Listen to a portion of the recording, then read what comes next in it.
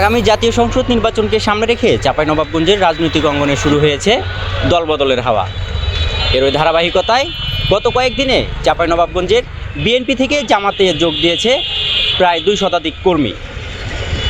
মাঠ পর্যায়ে দলবদলের এমন প্রবণতা আগামী জাতীয় সংসদ নির্বাচনে প্রভাব ফেলবে বলে মনে করছেন সাধারণ ভোটাররা।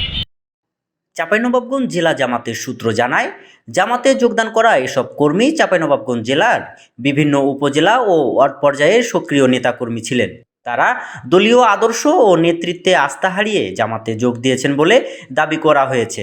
নতুন যোগদানকারীদের নিয়ে আয়োজিত একাধিক সভা ও মতবিনিময় অনুষ্ঠানে তাদের আনুষ্ঠানিকভাবে বরণ করে নিয়েছে চাঁপাইনবাবগঞ্জ জেলা জামাতের নেতারা। জামাত নেতারা বলছেন, দেশে সৎ ও আদর্শভিত্তিক রাজনীতির প্রয়োজন বেড়েছে। জনগণের প্রত্যাশা পূরণে জামাতেই বিকল্প শক্তি। এ বিশ্বাস থেকেই বিভিন্ন দলের কর্মীরা জামায়াতের সঙ্গে যুক্ত হচ্ছেন। জাতীয়তাবাদী দল বিএনপির ইউনিয়ন এবং ওয়ার্ড পর্যায়ের গুরুত্বপূর্ণ নেতৃবৃন্দ এবং স্থানীয় প্রতিনিধিবৃন্দ জামাত ইসলামের সাথে এবং দাঁড়িপাল্লার পক্ষে তারা আজকে যোগদান করেছে। এই জন্য আবারও আল্লাহ শুকরিয়া আদায় করছি, আলহামদুলিল্লাহ।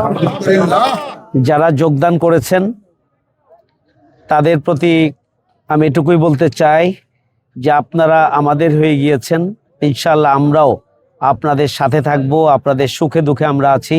আপনাদের যে কোনো প্রয়োজনে আমাদেরকে আপনারা খেয়াল করবেন, আমাদেরকে জানাবেন, আমরা আপনাদের পাশে থাকবো ইনশাআল্লাহ।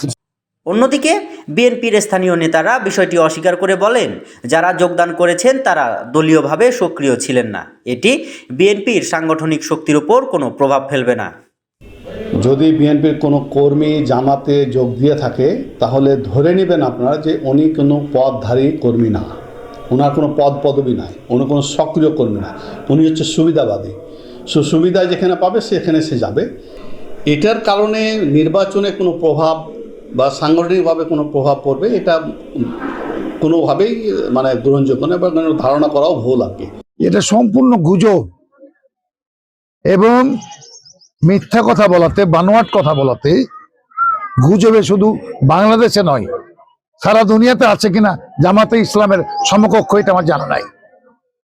সম্পূর্ণ ভিত্তিহীন খবর। একজনও আমাদের বিএনপির লোক কোনো সময় জামাতে যোগদান করেনি। এখন তো প্রশ্নই উঠে না। বরঞ্চ আমি নাম করে আপনারা আসেন, আমার নাই, উল্লেখ করে দেবো জামাত থেকে বিএনপিতে যোগদান করছে।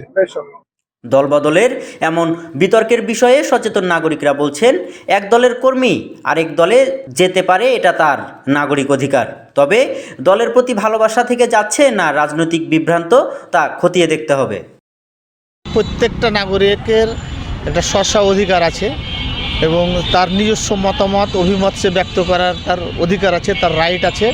এক দলের কর্মী আরেক দলে যেতে পারে, কিন্তু এখন আমাদের একটু তলিয়ে দেখা দরকার আসলে তারা সেই দলকে ভালোবেসে যাচ্ছে না অন্য কোনো কারণে যাচ্ছে, এই বিষয়টাও আমাদের একটু খতিয়ে দেখা দরকার।